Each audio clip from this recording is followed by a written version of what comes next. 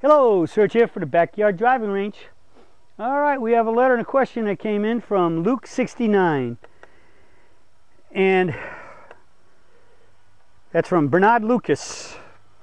And he says, I am having trouble getting my game back. I am 73.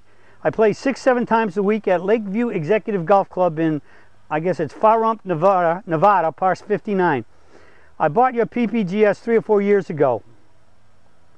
2 years ago I was at 10, now I'm an 18. I've yet to master your swing, but I decided to try it again.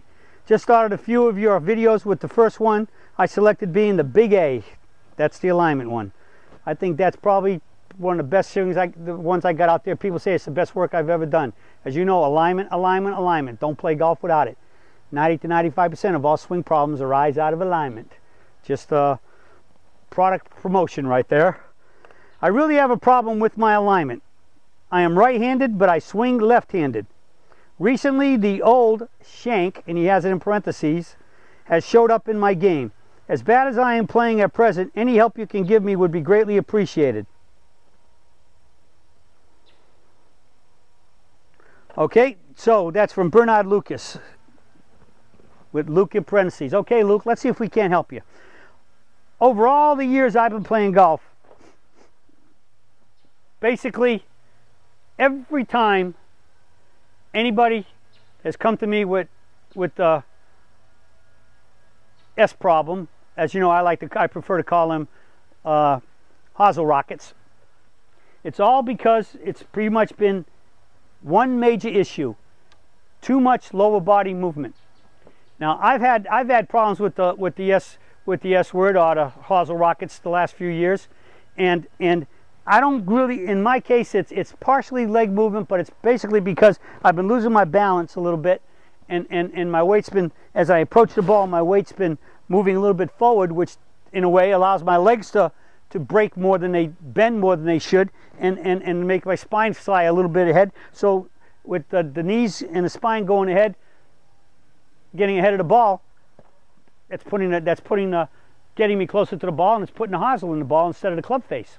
All right, so again, that's somewhat a situation of these. But more often than not, everybody just gets too much knee movement. All right, and if you're standing here, and as you know, we want the wide knees, outward pressure, and we want the knees to stay relatively level to and at impact, and then stand up. But a lot of people get into this, they want to drive their legs, they want to drive harder into the ball and down and through the ball. And what do they get? If you stand right here, and the club is at the center of the ball, all right, and I stay relatively level, my arms straighten out, the club comes back. But if I come in here and I give myself a little bit too much knees, whether I'm bumping my knees too much, driving them downward too much, or just letting them bend too much, the odds are I'm going to have my spine moving forward, and that extra knees going down. What does it do? See how if I don't change a thing, I just stand here and I just bend my knees more, it's pushing the club out that way into the ball. So if I had to say anything, I would say it's very likely a case of too much knee changing, bending too much somewhere in the down, once you start the downswing, or as we call it, the forward upswing. Okay? So I would say you want to stay here and try to really work at really keeping yourself level all the way through and to impact. And in fact, I think one of the biggest things is that again, most people have been taught to hit down on the ball. Their legs, or some people have been taught to take the right knee and kind of drive it down towards the left ankle. I want to feel that they stay level. In fact, what's the biggest thing I say? I want to turn, and even with the limited turn, I turn and I load into the right leg. I should sit or sink onto the right leg, like a pitcher or anybody throwing a baseball, all right? Like the tennis player, they go down a little bit and up. They're pushing up. The ball's up in the air, they're pushing to the ball. So I want to sink just a little bit. It's very negligible. It just gives me a nice stretch, and all these muscles from my calves all the way up through the back of my legs, my thighs, all the way up through my glutes, and then into my back, into my arms. I sink just a little bit. So what am I doing? When I sink, I'm now pushing up. I'm pushing off my right leg, but I'm not going forward, because when I bumped, my upper body's back, so my lower body is going in. It's going to give me the room to stay level and give me the room for my arms to straighten out, as compared to if I had any sinking in my knees, overbending, I'm coming down and that's pushing the club out.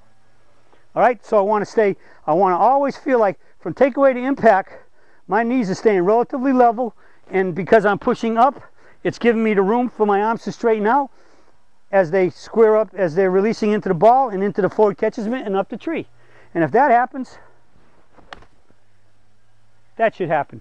Hitting it right in the sweet spot, solid, straight, and do that, and you'll see you'll be hitting the center of the club a lot more often and hitting those better shots and shooting those lower scores. So let's work on level knees. Level knees, the knees of the bees. Move them and bend them too much and you're going to get stung. Well, that's it for that surgism on the knees, and I'll be talking with y'all again soon.